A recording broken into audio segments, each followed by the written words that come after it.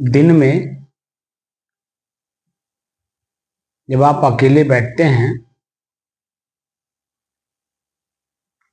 उस समय में मन में किसी प्रकार का कोई शंका या भय या डर रहता है या नहीं? कुछ नहीं रहता।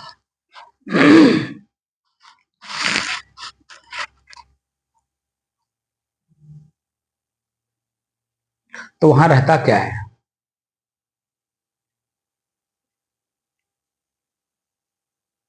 कुछ नहीं रहता।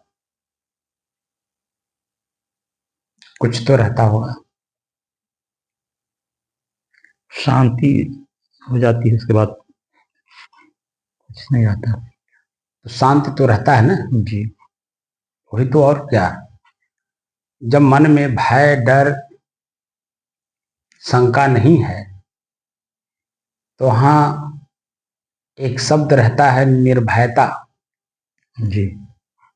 जहां शांति वहीं निर्भयता, जहां निर्भयता वहीं शांति। जी।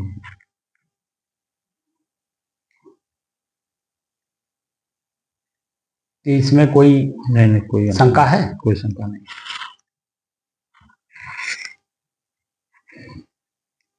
क्योंकि दिन में आप अकेले बैठते हो, कभी 2 बजे आते हो, कभी 3 बजे आते हो और 6 साढ़े 6 बजे तक बैठते हो। तो उस समय में इस ध्यान कक्ष में अकेले रहते हो तो अकेले रहने में डर नहीं लगता है जैसे अन्य लोगों को डर लगता है। अभी किसी को बैठा दिया जाए, बाबू अरे वहीं आश्रमों में जहां बैठते हैं वहीं किसी से कह दिया जाए वो 5 मिनट बैठा, अभी हम आओ थे, 5 मिनट लोग नहीं बैठना चाहते, बस उठ के चल देते हैं, बताते भी नहीं है कि मैं जा रहा हूं। अब मन में उनके मन में क्या रहता है? एक तो मन की चंचलता, दूसरे मन में भय या डर या शंका। ये हर घट में है, हमारे भी था, आपके भी रहा होगा। जब हम और आप जो साधक हैं साधना कर रहे हैं, इस साधना के पहले हमारे भी मन में था कि अकेले कैसे रहेंगे। बात समझे? जी। और कभी आपके भी मन में रहा होगा कि अकेले हम कैसे रहेंगे। जी। जी। लेकिन अब तो सब बहुत आनंद आता अकेले में ही। तो वही तो कह रहा हूं कि जब मन के अंदर जो शंका भय डर बैठा हुआ था वो जैसे जैसे साफ हो रहा है, एकदम क्लीन हो रहा है। ठीक है जी। गीता के 16वें अध्याय में मैं आपको बताया था, अभयम सत्व संशुद्धि। देखिए श्लोक क्या कह रहा है। हम उसको सिर्फ पढ़ते हैं, याद करते हैं, दूसरे को सुनाते हैं, लेकिन उससे अपने को क्या मतलब है यही नहीं समझ में आता है। यही समझने के लिए ही तो हम लोग बैठे हैं, और क्या समझने के लिए बैठे हैं? बोलिए। जी। इसमें मैं एक आध्यात्मिक आदमी हूं, मेरा कर्तव्य क्या बनता है? मैं अध्यात्म की चर्चा करूं या व्यवहार या राजनीति या सामाजिक या कूटनीतिक या वैज्ञानिकों की दृष्टिकोण देख करके बात करूं, मिसाइल कैसे बनती है, ये कैसे बनता है, वो कैसे बनता है? मेरा क्या कर्तव्य है बताइए? आध्यात्मिक मेरा काम ही अध्यात्म का है। मैं चॉइस ही किया हूं, अपने जीवन को समर्पित किया हूं अध्यात्म में। तो सदगुरु कबीर क्या कहते हैं? राह बिचारी क्या करे जो पंथी न चले विचार। राह बिचारी क्या करे, उसका क्या गलती है? वो तो जहां है वो तो स्थिर है, वो कहीं चलता फिरता थोड़ी है। राह बिचारी क्या करे जो पंथी न चले विचार, और आपन मार्ग छोड़ के फिर है उजार उजार। जब मैं एक रास्ता चुन लिया हूं, मुझे इसी रास्ते पे चलना है, यही मेरा मंजिल है। अब मेरा जो चाहना है वो ये है कि मैं स्वयं कौन हूं।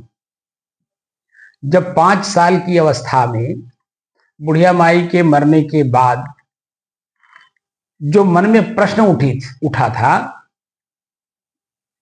कि आखिर इसके शरीर में अभी कौन था 1 घंटा पहले जो उसका हाथ मेरे शरीर को उठा रहा था, उसका ओंठ मेरे गाल को चुम रहा था, पैर से चल रही थी, आंख से देख के पहचान रही थी, मुंह से बोल रही थी, और अभी 1 घंटे बाद ये लेटी पड़ी हुई है। इसका ना हाथ हिल रहा है, ना पैर चल रहा है, ना आंख से देख के पहचान रही है, ना मुंह से बोल रही है, पैर से चल भी नहीं रही है, एकदम लेटी पड़ी है। वो जो मन में प्रश्न था कि शरीर में था कौन, उसी को जानने की जो जिज्ञासा हमारे अंदर पैदा हुआ था, उसी जिज्ञासा को पूर्ण करने के लिए मैं अध्यात्म क्षेत्र में आया हूं। बात समझे ना? जी जी। तो मेरा कर्तव्य क्या बनता है? मैं किस पर रिसर्च करूं, मैं किस पर खोज करूं? बोलिए। खाने पीने, ओढ़ने पहनने, रहने, बातचीत करने, बातूनी बनने के लिए, क्या करने के लिए? मेरा काम है सब कुछ का त्याग करके एक लक्ष्य बना करके कि आखिर मेरा ही जीव हिल रहा है तो क्यों हिल रहा है? आवाज भीतर से आ रही है, उसमें ताकत कितना लग रहा है? तो ताकत लगाने वाला कौन है? बोलने में ताकत नहीं लगता है? लगता है। तो ताकत लगाने वाला कौन है? मन में सोच करके मुंह से जो शब्द निकाला जा रहा है, वो सोचने वाला कौन है?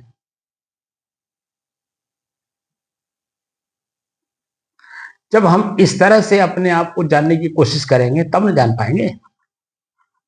अभी तो सिर्फ मन की चंचलता को शांत किया गया, और मन की चंचलता में ही दैवी गुण और आसुरी गुण दोनों हैं।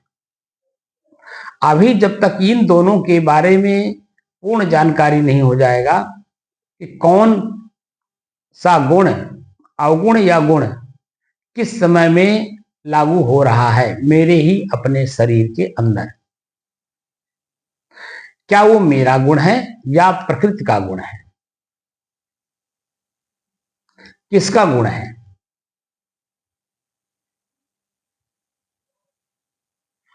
रात किस में है, आप में या प्रकृति में?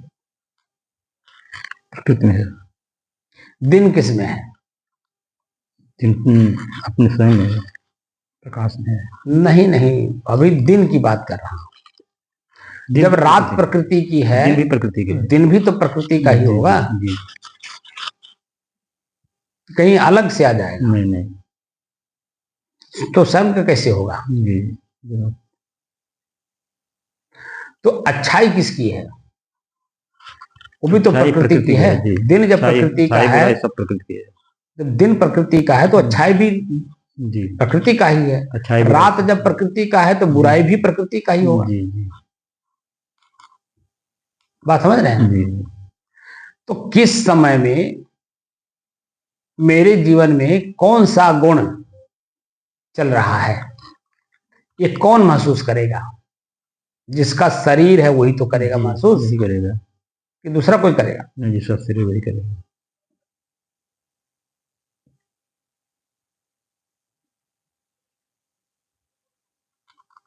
तो आपका अपना संकल्प क्या है कि मोक्ष हमें चाहिए?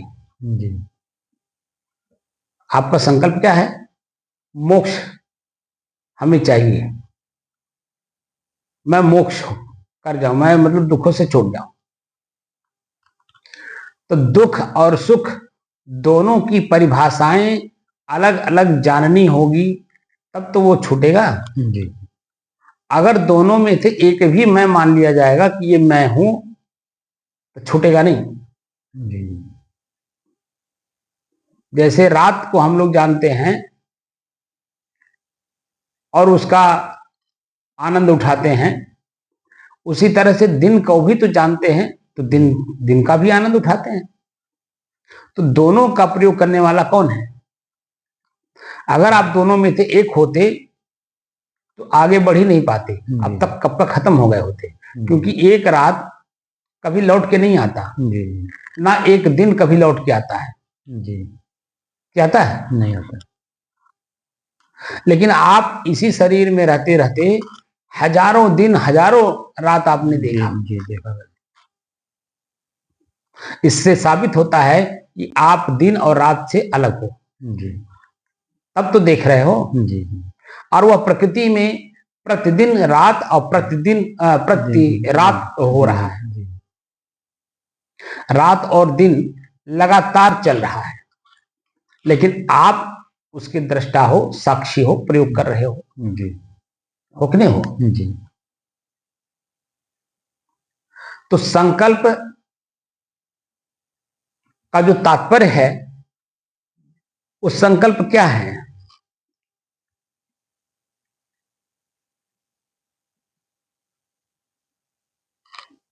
उसके बारे में आज थोड़ा सा मैं बता देता हूं।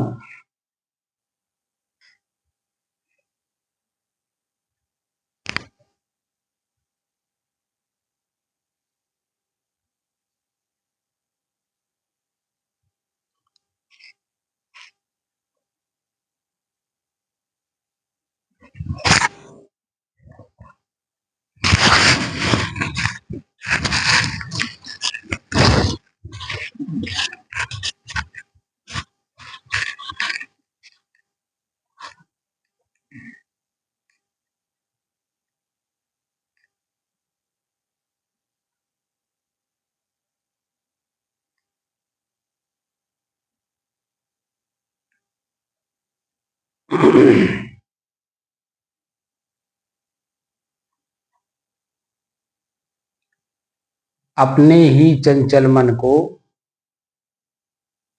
अपने ही बस में करके एकाग्रता, स्थिरता एवं स्वयं अपने आप में शांति का अनुभव करने के बाद स्वयं मैं कौन हूं को जानने की दृष्टि से साधना करते करते आज 1581 दिन हो गए। तारीख 6 मार्च सन 2026, दिन शुक्रवार, प्रातःकाल का समय। तो संकल्प का जो शब्द का अर्थ होता है वह होता है दृढ़ इच्छा शक्ति, ये ना। लेकिन जब हम संकल्प शब्द को जानने की कोशिश करते हैं कि संकल्प शब्द किस धातु से बना है और यह प्रयोग किस स्थान पर या जगह पर होता है, तब उसकी गहराई में हम लोग उतरते हैं। ठीक है ना जी। ऐसे तो मान लिया गया कि संकल्प का मतलब है दृढ़ इच्छा शक्ति, इनके अंदर में दृढ़ इच्छा शक्ति है, ये संकल्प ले लिया। लेकिन संकल्प के पीछे अच्छाई या बुराई, हानि या लाभ, सुख या दुख, पाप या पुण्य को कैसे समझा जाएगा? संकल्प तो आपने ले लिया। जैसे भगवान कृष्ण बार बार जब संकल्प लेता था अर्जुन, तो एक बार उन्होंने कहा, कौन? भगवान श्री कृष्ण ने अर्जुन से कि तुम क्षत्रियों में ये कौन सा जन्म है, बड़ी बात हो जाती, तुरंत संकल्प ले लेते हो। उसके पीछे का अच्छाई बुरे कुछ जानते हो, संकल्प ले लिए। जैसे उन्होंने कहा कि जयद्रथ का वध मैं करूंगा सूर्यास्त के पहले, जी। तो सूर्यास्त के पहले जयद्रथ का वध करने के लिए संकल्प तो ले लिया। जब संकल्प ले लिए और बोल भी दिए कि सूर्यास्त के पहले जयद्रथ का वध करूंगा, अन्यथा मैं समाधि ले लूंगा।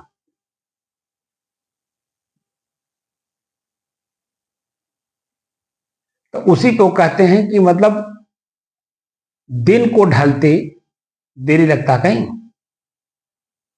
और संकल्प इतना बड़ा और इतने बड़े युद्ध मैदान में जयद्रथ को ढूंढना। अब तो जो दुश्मन लोग हैं जयद्रथ का रक्षा करेंगे ना, जी। तो रक्षा में कितने बड़े बड़े योद्धा उसके रास्ते में रहेंगे उसके बचाने में। क्या इस बात का आपको पता है?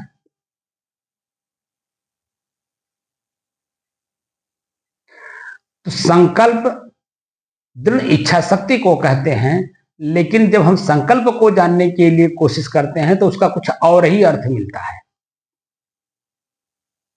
सामान्य भाषा में हम लोग क्या समझते हैं? दृढ़ इच्छा शक्ति, बात समझे? लेकिन संकल्प शब्द को जब जानने की कोशिश किया जाता है तो उसमें अन्य चीजें मिलने लगती हैं। क्या मिलती है? अब देखिए,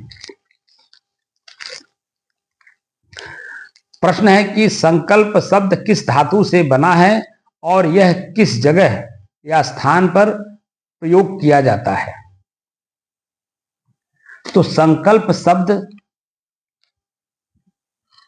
में सम उपसर्ग और कृप धातु और घय प्रत्यय के साथ कल्प शब्द का प्रयोग हुआ है, जिसका अर्थ है किसी कार्य को करने की दृढ़ इच्छा शक्ति, विचार या प्रतिज्ञा।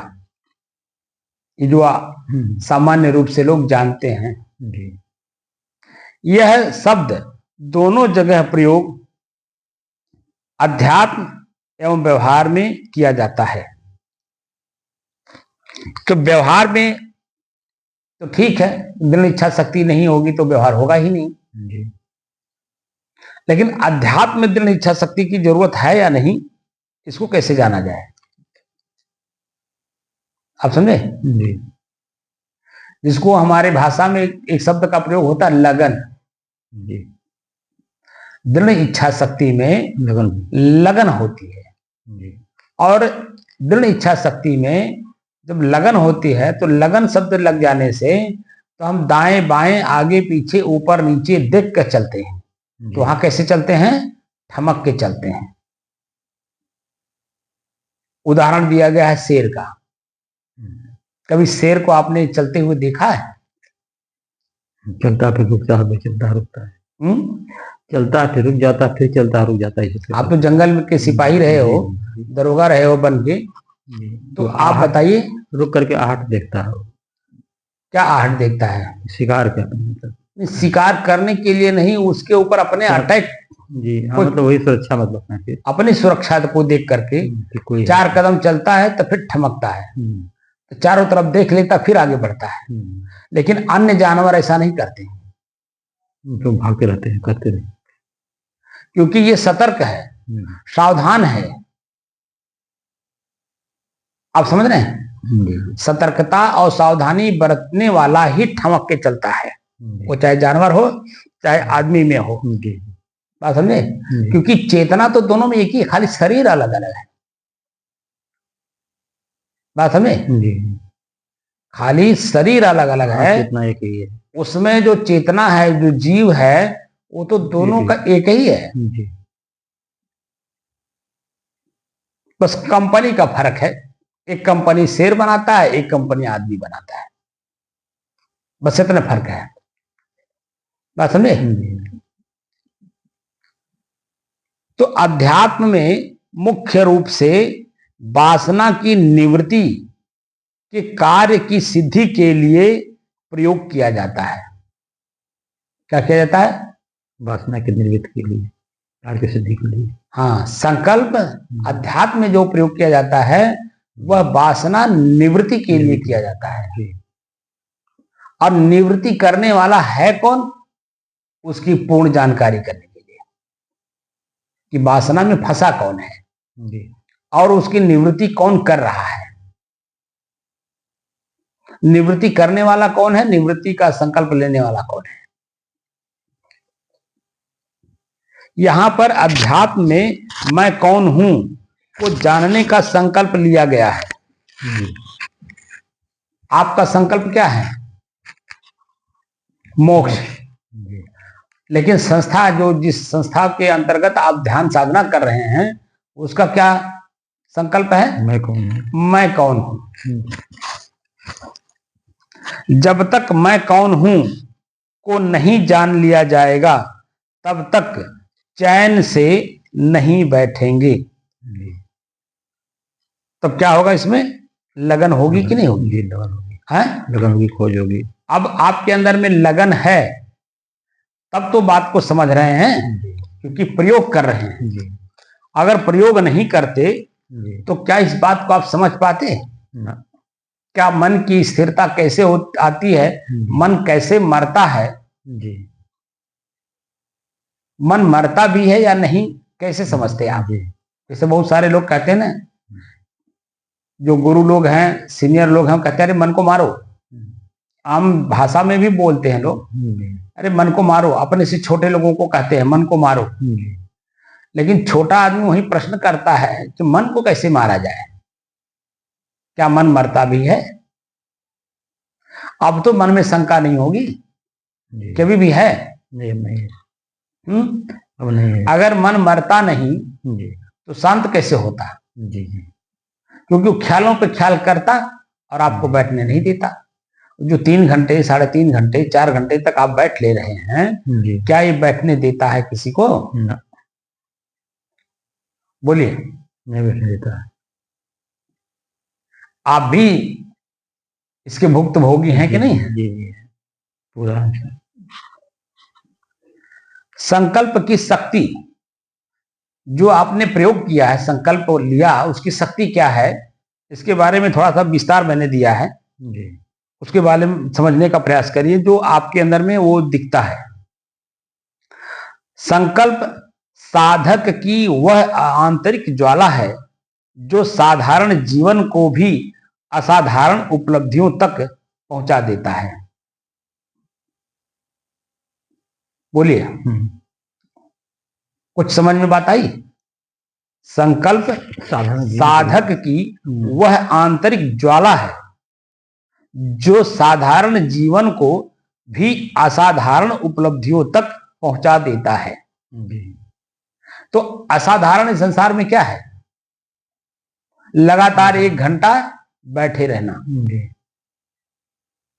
10 मिनट तो आदमी बैठ ही नहीं पा रहा है, 1 घंटा 2 घंटा 3 घंटा 4 घंटा तक कैसे बैठ लेगा? बैठ लेगा?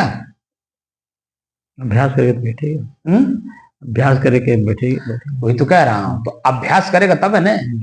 आप अभ्यास किए हो तो अभ्यास बिना लगन के होता है? नहीं, बिना लगन कुछ नहीं होगा।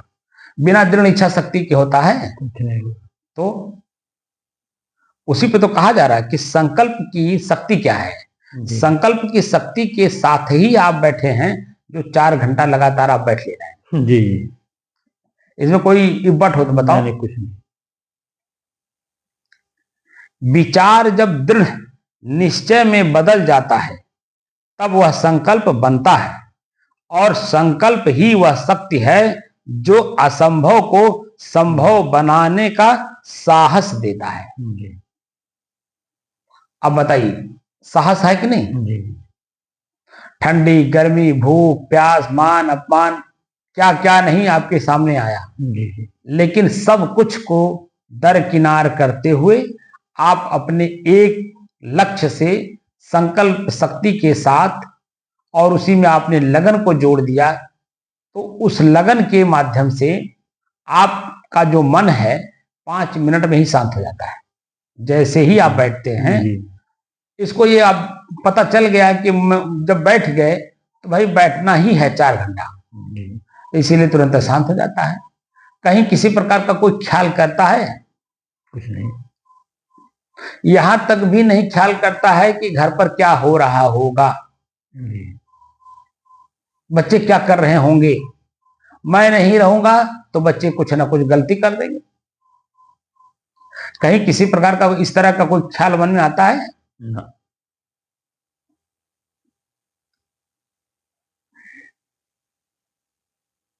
विचार जब दृढ़ निश्चय में बदल जाता है तब वह संकल्प बनता है, और संकल्प ही वह शक्ति है जो असंभव को संभव बनाने का साहस देता है। इतिहास गवाह है कि जिन व्यक्तियों ने, जिन साधकों ने अपने लक्ष्य को केवल इच्छा नहीं बल्कि संकल्प बनाया, उन्होंने ही युग को बदल दिए। अब उदाहरण के रूप में दो प्रज्वलंत उदाहरण हैं। एक महात्मा गांधी जी। महात्मा गांधी जी का संकल्प केवल राजनीतिक स्वतंत्रता तक सीमित नहीं था, बल्कि सत्य और अहिंसा के आधार पर समाज को परिवर्तित करने का था। अनेक असफलताओं, जेल यात्राओं और आलोचनाओं के बावजूद उनका निश्चय डिगा नहीं। परिणाम स्वरूप उनका व्यक्तिगत संकल्प जन जन का विश्वास बन गया। इसी प्रकार स्वामी विवेकानंद ने निर्धनता, संघर्ष और अनिश्चितताओं के बीच यह संकल्प लिया कि वे भारत की आध्यात्मिक चेतना को विश्व पटल पर प्रतिष्ठित करेंगे। शिकागो धर्म संसद में उनका ओजस्वी उद्बोधन केवल वक्तृत्व का चमत्कार नहीं, अपितु उनके अटूट संकल्प का प्रतिफल था। जहां पर शिकागो में धर्म संसद चल रहा था, उस धर्म संसद में विश्व के सभी धार्मिक लोग आए हुए थे और सभी लोग अपने अपने विषय पर बोल चुके थे। कोई विषय बचा ही नहीं था। इनका उपहास करने की दृष्टि से उनको 1 घंटे के लिए खाली दिया गया था कि आप शून्य पर बोलिए, 0 पर। बात समझे? और 0 पर बोलते बोलते बोलते बोलते वो कितना दिन बोल गए, और लगातार ये लोग सिर्फ इंटरवल बीच में करते रहे, चाय पानी नाश्ता भोजन करते रहे। बाकी लगातार उनका कितने दिन तक चला था भाषण, ठीक है। अब वो जो भाषण उनका चला, इतना लोग मंत्रमुग्ध हो गए कि वह भूल गए कि इनको सिर्फ 1 घंटे के लिए दिया गया था। बात समझे? और उनकी पूरी आवाज, जितना वो बोले, जब तक बोले, पूरी आवाज उनकी वहां सुनी गई और सभी लोग एकचित्त होकर के सुने। सुने ना?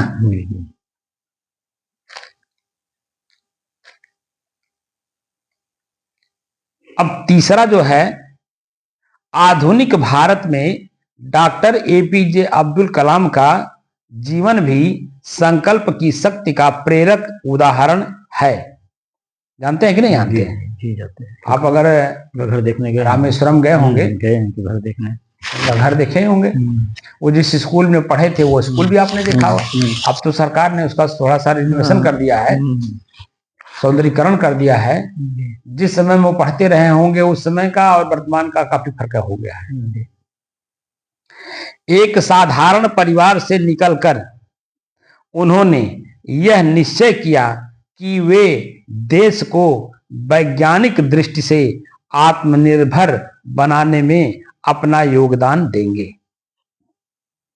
उनका जीवन सिखाता है कि संसाधनों की कमी नहीं बल्कि संकल्प की कमी मनुष्य को रोकती है। किसी काम को करने के लिए संसाधन आपको बाधा नहीं बनती है, बल्कि दृढ़ इच्छा शक्ति नहीं है, लगन नहीं है। वास्तव में संकल्प वह दीप है जो लक्ष्य के मार्ग को प्रकाशित करता है। क्या करता है? प्रकाशित करता लक्ष्य मार्ग को, लक्ष्य के मार्ग को।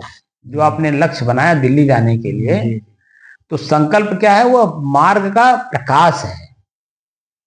ज्ञान जिसको कहते हैं ना, ज्ञान माने प्रकाश होता है, दीप। अपदीपो भव, आत्मा बुद्ध का, कि स्वयं का प्रकाश स्वयं में बनो। जी जी। वास्तव में संकल्प वह दीप है जो लक्ष्य के मार्ग को प्रकाशित करता है। प्रतिभा मार्ग दिखा सकती है, परंतु उसे गंतव्य तक पहुंचाने की शक्ति संकल्प ही देता है। जिस व्यक्ति के भीतर दृढ़ निश्चय जाग उठता है, उसके लिए परिस्थितियां बाधा नहीं बल्कि साधन बन जाती हैं। इसलिए जीवन में सफलता का प्रथम सूत्र यही है, सपना देखो, उसे संकल्प में बदलो और फिर अपने पूरे अस्तित्व के साथ उसे जियो। आप समझ में? जो आप कर रहे हैं उसी का वर्णन है। बात समझे ना? मैं पहले भी जब साधना शुरू नहीं किया था, उसके पहले भी तो मैं, खैर साधना तो मैं करता ही हूँ, तो मेरा काम ही है, तो मैं, मेरा प्रोफेशनल जीवन है, लेकिन उस दौरान भी मैं लिखता था। हम लोगों का ये जो साधना हम लोग शुरू किए थे, वो कौन सी तारीख थी? कौन सा सन था? 5 नवंबर सन 2021। ये देख रहे हैं, ये प्रचार वाली सामग्री है, देख रहे हैं? लेकिन इसके पीछे जो सादा पन्ना है, सादा जगह है, इसका हमने सदुपयोग किया है।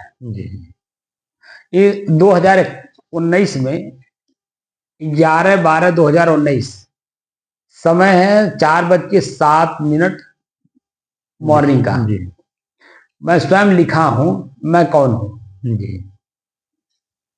इस प्रश्न का उत्तर शब्दों एवं मन से परे की स्थिति है। मैं कौन हूं, इस प्रश्न का उत्तर शब्दों एवं मन से परे की स्थिति है, जिसे वेदों एवं उपनिषदों में स्वसंवेद्य शब्दों से उच्चारित किए हैं ऋषियों ने। स्वयं अनुभूत की स्थिति इस प्रकार है। अब मैंने वही जो ये अभिलाष साहब लिखे हैं, अजर अमर मैं तो अचल अनादि सत्य, ज्ञान रूप जीव नित्य रहित विकार हूं, हाड़ मांस मल मूत्र देह को जनैया मैं तो, गाड़ी गाड़ी वान न्याय देह से मीनार हूं, अंश हूं न अंशी हूं, न माए बाप मेरे कोई, प्राण और तत्व शक्ति सब ही से न्यार हूं, सब प्राण और तत्व शक्ति सब ही से न्यार हूं, सबका जनैया मैं तो सब ही से पार हूं। एक कथन है, ठीक है, मैंने यहां लिखा है। लेकिन क्या ये जो अब अनुभूति कर रहे होंगे, ये खाली याद कर लेने से, दूसरे को सुना देने से क्या स्थिति बनती? मैंने प्रैक्टिकल करने पर ही मालूम होता है कि हाँ। मैं आपको, आप रोज बैठिए मेरे पास, एक कॉपी ले लीजिए, किताब ले लीजिए, कॉपी ले लीजिए, कलम ले लीजिए, बैठ के लिखिए जो मैं बोलूं। उससे कुछ नहीं होगा। तो क्या उससे आप इस स्थिति को प्राप्त कर लेंगे? नहीं। वह तो खाली एक मानसिक प्रक्रिया है कि मेरा मन जान गया। क्या जान गया? कि मैं अविनाशी हूं।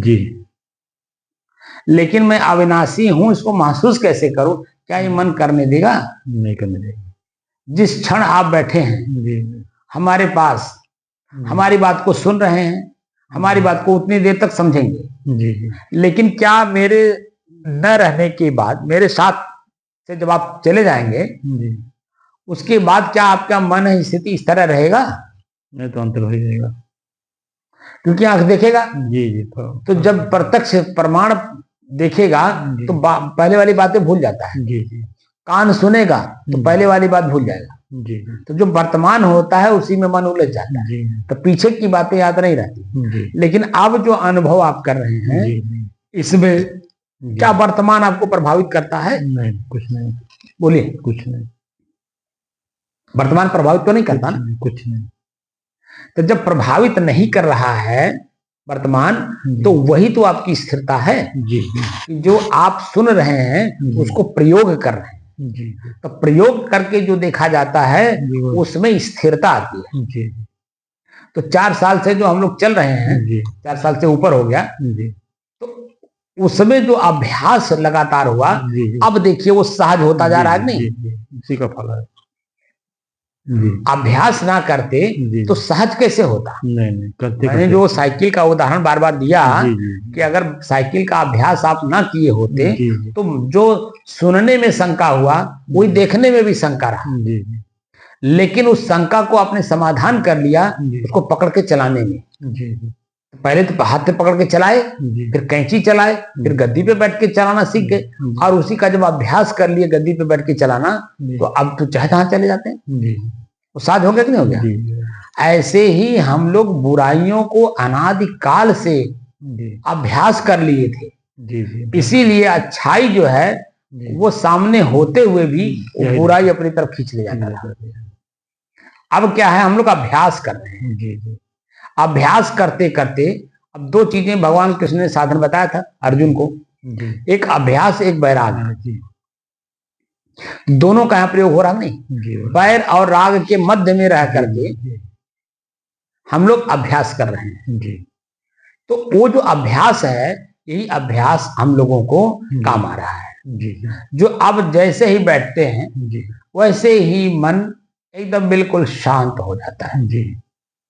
तो शांत होने का मतलब क्या? पहले तो बाहरी ख्याल को शांत करता है। उसको पता है कि भाई याद कैसे करेंगे, क्योंकि 2 घंटा बैठना है, 2 घंटा 3 घंटा 4 घंटा लगातार बैठना है। तो बैठते समय अगर हम याद करेंगे किसी का तो बैठ नहीं पाएंगे, तो वहां वही शांत हो जाता है। लेकिन वो बाहरी ख्यालों से जब शांत होता है तो शरीर पे आ जाता है। जब शरीर पे आता है तो वहां क्या करता है, यहाँ दर्द है, वहां पीड़ा है, यहाँ दबाव है, यहाँ तनाव है, यहाँ खिंचाव है, अपने शरीर में देख रहे हैं। जैसे आंख बंद करिए, बाहरी ख्याल मिटा, वैसे ही आपके शरीर पे आ जाएगा। और शरीर पे आते ही इतना आपको, मतलब शुरुआती दौर में आपने देखा होगा, अभी जैसे कल वो जो चौधरी साहब मिले थे, मैंने आपसे क्या कहा कि यार इनको कुछ बताइए। उनके अंदर वो शक्ति ही नहीं है जो पूछे। अगर आप बताते भी हो तो समझते क्या, क्योंकि वो कभी हम लोगों के साथ बैठे ही नहीं। वह तो अपने को बस ये समझते हैं कि बस मेहनत करो, मजदूरी करो, खेती में करो, बाहर करो, और अपने परिवार बच्चों को भरण पोषण करो, बस इतने तक उनका मानसिक स्थिति सीमित है। तो ऊपर की बात कैसे आपकी समझ लेते, क्योंकि कभी समाज में बैठे नहीं। तो हमारा संकल्प क्या है कि मैं कौन हूं। तो खैर, तो हम बाद में बता देंगे, अब बैठा जाए, क्योंकि बस संकल्प के बारे में बताना जरूरी था।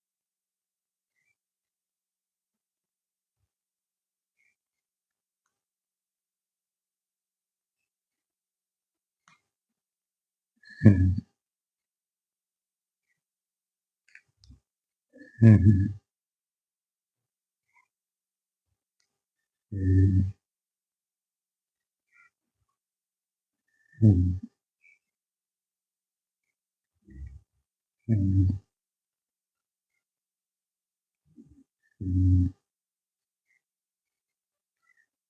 हम्म, हम्म,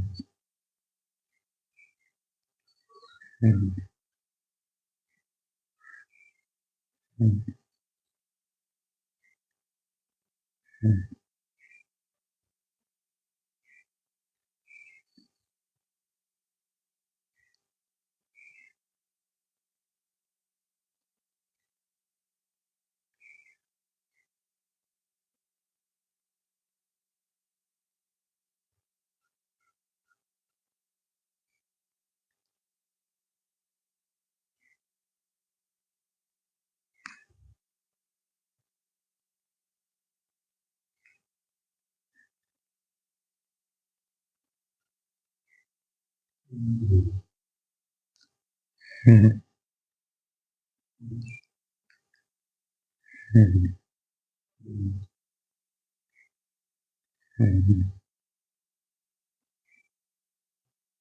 हम्म,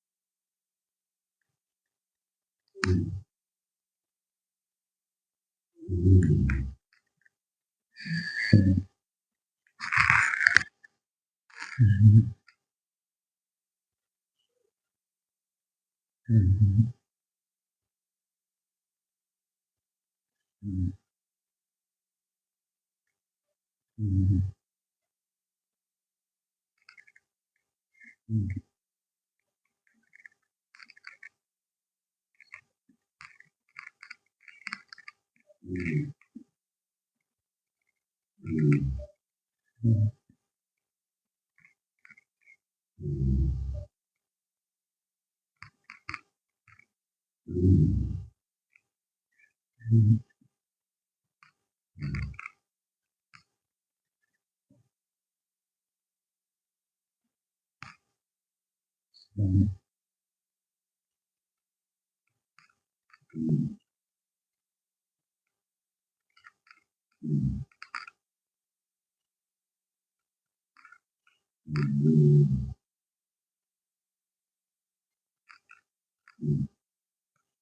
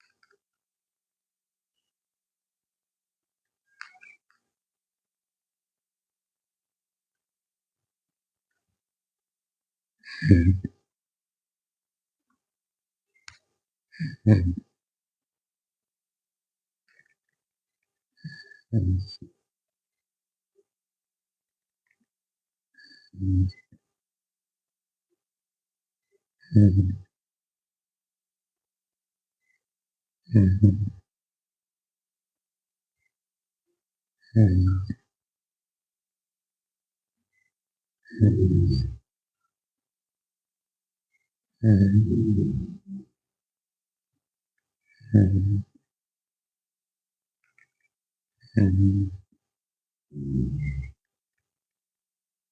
हम्म,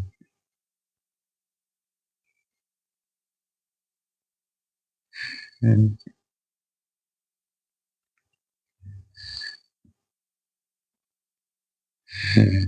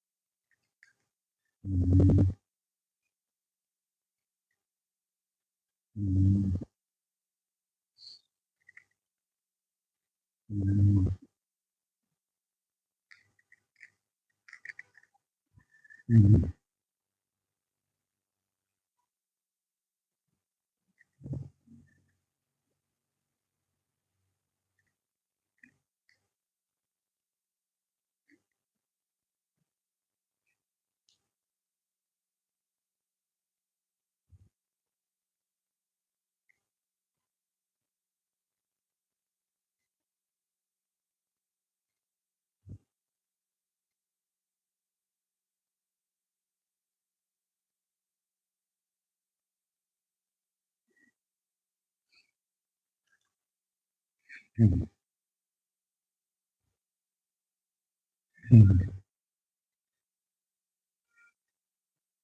हम्म, हम्म,